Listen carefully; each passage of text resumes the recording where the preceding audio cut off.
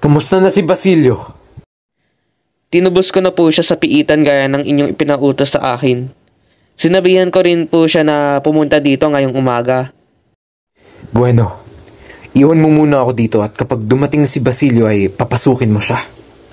Basilio? Basilio! Ano nangyari sa'yo? Bakit kakaiba na ang iyong itsura? Ako'y isang masamang anak at kapatid. Hindi ko man lamang napagiganti ang kamatayan ng aking kapatid at paghihirap ng aking ina. Ngayon ay handa na ako gantihan ng sama at kapwa-sama.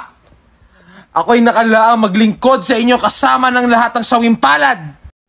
Magtatagumpay na sana ang unang himagsikan, subalit ako noon ay umiibig pa rin kay Maria Clara. Ngayon na siya'y pumanaw na. Hindi na akong mag-aatubili pang ibaon sa hukay ang lahat ng mga tampalasang nagdala ng pighati sa aking buhay.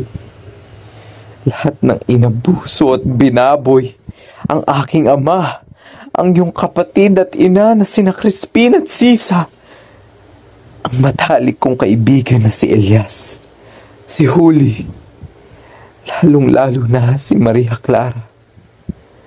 Lahat sila'y ating paghihiganti. Heto, iyong pagmasdan. Ano na naman iyan? Ito ang maghuhudyat ng pagsisimula ng madugong himagsikan.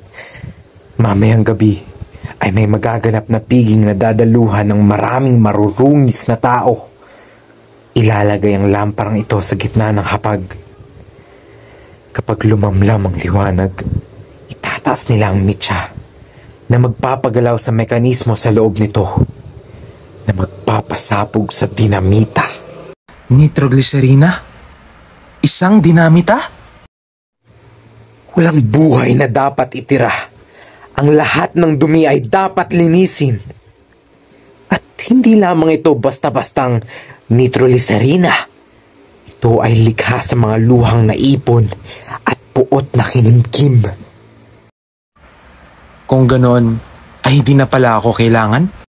Iba ang iyong gagawin. Pagkarinig ng putok, ay lalabas ang mga artilyero at iba pang kinasundo ko noon.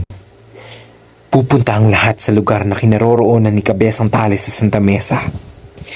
Sabay-sabay na susugod ang lahat. Magkakagulo at ang mga mamamayan ay nanaisin na ring lumaban. Ikaw ang mamumuno sa iba. Dalhin mo sila sa bahay ni Quiroga dahil doon nakaimbak ang mga baril at pulbura. Kami naman ni Cabezang Tales ay susubukang agawin ng tulay. Mamamatay ang lahat ng mahihina. Ang lahat ng hindi handa. Lahat? Kahit iyo mga walang laban? Oo, lahat. Lahat ng Indio, Mestizo, Inchik, Kastilang duwag. Kailangang magsimula muli. Mula sa mga dugong dadanak ay sisibol ang bagong lahi. Isang bagong lipunan na kahit kailan ay hindi na magpapaapi. Subalit, ano naman ang sasabihin ng daigdig sa ganyang mga pagpatay? Ang daigdig ay papalpak. Tulad ng pagpapalpak ng Europa ng patay ng angaw-angaw na Indio sa Amerika. Kung sabagay, ano nga naman sa akin kung pumalakpak man sa akin o hindi ang daigdig, kung ang daigdig naman ay wala namang pagtingin sa mga api at mahihirap? Yan ang gusto kong marinig mula sa'yo. Tama lang talaga na ikaw ang aking piliin. Heto, ang revolver.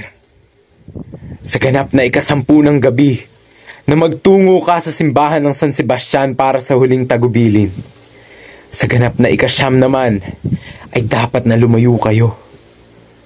Malayong malayo sa Anloage. Hihintayin kita, Basilio. Hanggang mamaya!